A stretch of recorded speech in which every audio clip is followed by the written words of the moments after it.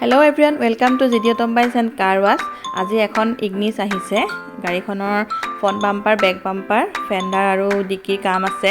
কিন্তু গাড়ীখন বেলেগত পটিন লগাইছিলে, কিন্তু কামটো কাষ্টমাৰে ভাল নাপালে, সেইকাৰণে ইয়ালৈ লৈ আহিলে আৰু এতিয়া আমাৰ ইয়াতে কাম ষ্টাৰ্ট কৰিছে। পটিনৰ কাম কৰা হৈ গ'ল আৰু এতিয়া ইয়াৰ কালাৰ কৰিবলৈ লৈছে।